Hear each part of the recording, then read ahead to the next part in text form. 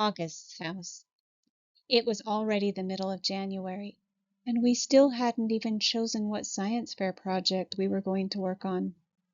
I guess I kept putting it off because I just didn't want to do it.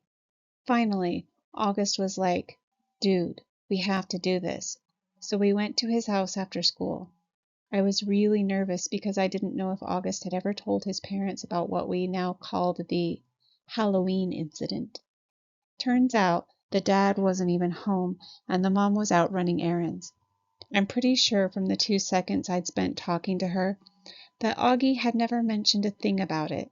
She was super cool and friendly toward me. When I first walked into Augie's room, I was like, "Whoa, Augie, you have got a serious Star Wars addiction." He had ledges full of Star Wars miniatures and a huge The Empire Strikes Back poster on his wall. "I know, right?" He laughed. He sat down on a rolling chair next to his desk, and I plopped down on a beanbag chair in the corner. That's when his dog waddled into the room right up to me. "He was on your holiday card," I said, letting the dog sniff my hand. "She," he corrected me. "Daisy. You can pet her. She doesn't bite." When I started petting her, she basically just rolled over onto her back. "She wants you to rub her tummy," said August. "Okay, this is the cutest dog I've ever seen," I said, rubbing her stomach. "I know, right? She's the best dog in the world. Aren't you, girlie?" As soon as she heard Augie's voice say that, the dog started wagging her tail and went over to him. "Who's my little girlie? Who's my little girl?" Augie was saying as she licked him all over the face. "I wish I had a dog," I said. "My parents think our apartment's too small." I started looking around at the stuff in his room while he turned on the computer. "Hey, you've got an Xbox 360? Can we play?" "Dude, we're here to work on the science fair project." "Do you have Halo?" "Of course I have Halo." "Please, can we play?" He had logged on to the Beecher website and was now scrolling down Ms. Rubin's teacher page through the list of science fair projects. "Can you see from there?" he said. I sighed and went to sit on a little stool that was right next to him. "Cool iMac," I said. "What kind of computer do you have?" "Dude, I don't even have my own room, much less my own computer. My parents have this ancient Dell that's practically dead." "Okay, how about this one?" he said, turning the screen in my direction so I would look. I made a quick scan of the screen and my eyes literally started blurring. "Making a sun clock," he said. "That sounds kind of cool." I leaned back. "Can't we just make a volcano?" "Everyone makes volcanoes." "Duh, because it's easy," I said, petting Daisy again. "What about how to make crystal spikes out of Epsom salt?" "Sounds boring," I answered. "So why did you call her Daisy?" He didn't look up from the screen. "My sister named her. I wanted to call her Darth. Actually, technically speaking, her full name is Darth Daisy, but we never really called her that." "Darth Daisy? That's funny. Hi, Darth Daisy," I said to the dog, who rolled onto her back again for me to rub her tummy. "Okay, this is the one," said August, pointing to a picture on the screen of a bunch of potatoes with wires poking out of them. "How to build an organic battery made of potatoes. Now that's cool. It says here you could power a lamp with it. We could call it the Spud lamp or something. What do you think?" "Dude, that sounds way too hard. You know I suck at science." "Shut up. You do not." "Yeah, I do. I got a 54 on my last test. I suck at science." No, you don't. And that was only because we were still fighting and I wasn't helping you. I can help you now. This is a good project, Jack. We've got to do it. Fine. Whatever. I shrugged. Just then there was a knock on the door. A teenage girl with long, dark, wavy hair poked her head inside the door. She wasn't expecting to see me. "Oh, hey," she said to both of us. "Hey, Via," said August, looking back at the computer screen. "Via, this is Jack. Jack, this is Via." "Hey," I said, nodding hello. "Hey," she said, looking at me carefully.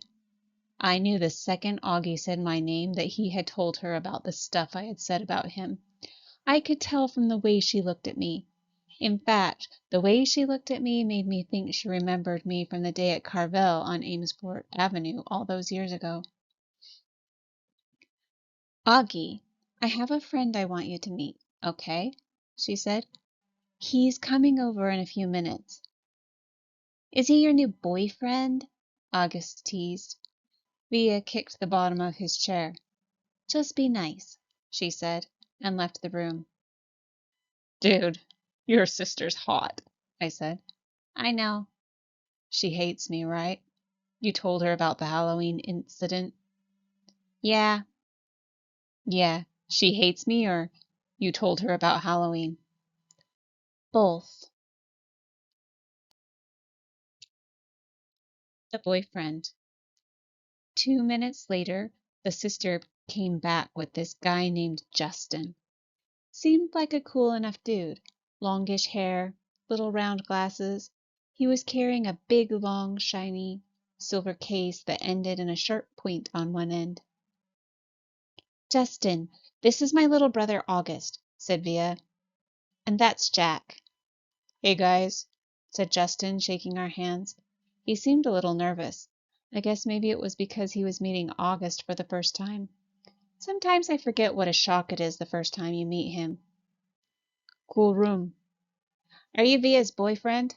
Augie asked mischievously, and his sister pulled his cap down over his face. What's that in your case?" I said. "A machine gun?" "Ha!" answered the boyfriend. "That's funny. No, it's a fiddle." "Justin's a fiddler," said Via. "He's in a Zydeco band." "What the heck is a Zydeco band?" asked Augie, looking at me. "It's a type of music," said Justin, "like Creole music." "What's Creole?" I said. "You should tell people that's a machine gun," said Augie. "Nobody would ever mess with you." "Ha, I guess you're right," Justin said, nodding and tucking his hair behind his ears.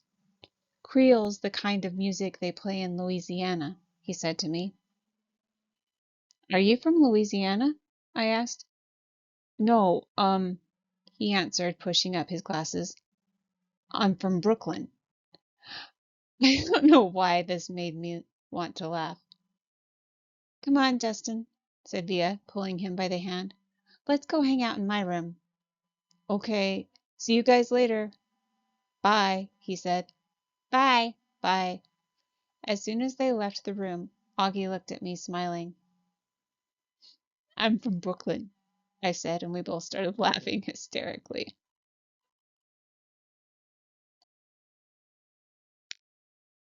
Part 5. Justin. Sometimes I think my head is so big because it is so full of dreams. John Merrick in Bernard Pomerance's The Elephant Man. Chapter 74. Olivia's Brother. The first time I meet Olivia's little brother, I have to admit I'm totally taken by surprise. I shouldn't be, of course. Olivia's told me about his syndrome, has even described what he looks like. But she's also talked about all his surgeries over the years. So I guess I assumed he'd be more normal looking by now. Like when a kid is born with a cleft lip and has plastic surgery to fix it, sometimes you can't even tell, except for the little scar above the lip. I guess I thought her brother would have some scars here and there, but not this. I definitely wasn't expecting to see this little kid in a baseball cap who's sitting in front of me right now. Actually, there are two kids sitting in front of me. One is a totally normal-looking kid with curly blonde hair named Jack. The other is Augie. I like to think I'm able to hide my surprise. I hope I do. Surprise is one of those emotions that can be hard to fake, though, whether you're trying to look surprised when you're not, or trying not to look surprised when you are. I shake his hand. I shake the other kid's hand. Don't want to focus on his face. Cool room, I say. Are you Via's boyfriend? He says. I think he's smiling. Olivia pushes down his baseball cap. Is that a machine gun? The blonde kid asks. Like I haven't heard that one before. And we talk about Zydeco for a bit. And then Via's taking my hand and leading me out of the room. As soon as we close the door behind us, we hear them laughing. I'm from Brooklyn, one of them sings. Olivia rolls her eyes as she smiles. Let's go hang out in my room, she says. We've been dating for 2 months now. I knew from the moment I saw her, the minute she sat down at our table in the cafeteria, that I liked her. I couldn't keep my eyes off her. Really beautiful, with olive skin and the bluest eyes I've ever seen in my life. At first she acted like she only wanted to be friends. I think she kind of gives off that vibe without even meaning to. Stay back. Don't even bother. She doesn't flirt like some other girls do. She looks you right in the eye when she talks to you, like she's daring you. So I just kept looking her right in the eye too, like I was daring her right back. And then I asked her out and she said yes, which rocked. She's an awesome girl, and I love hanging out with her. She didn't tell me about August until our third date. I think she used the phrase a craniofacial abnormality to describe his face, or maybe it was craniofacial anomaly. I know the one word she didn't use was deformed, though, because that word would have registered with me. So, what do you think? She asks me nervously the second we're inside her room. Are you shocked? No, I lie. She smiles and looks away. You're shocked. I'm not, I assure her. He's just like what you said he'd be. She nods and pops down on her bed. Kind of cute how she still has a lot of stuffed animals on her bed. She takes one of them, a polar bear, without thinking and puts it in her lap. I sit down on the rolling chair by her desk. Her room is immaculate. When I was little, she says, there were lots of kids who never came back for a second play date. I mean, lots of kids. I even had friends who wouldn't come to my birthdays because he would be there. They never actually told me this, but it would get back to me. Some people just don't know how to deal with Augie, you know? I nod. It's not even like they know they're being mean, she adds. They were just scared. I mean, let's face it. His face is a little scary, right? I guess, I answer. But you're okay with it? She asks me sweetly. You're not too freaked out or scared? I'm not freaked out or scared. I smile. She nods and looks down at the polar bear on her lap. I can't tell whether she believes me or not, but then she gives me the polar bear and a kiss on the nose and tosses it to me with then she gives the polar bear a kiss on the nose and tosses it to me with a little smile. I think that means she believes me, or at least that she wants to.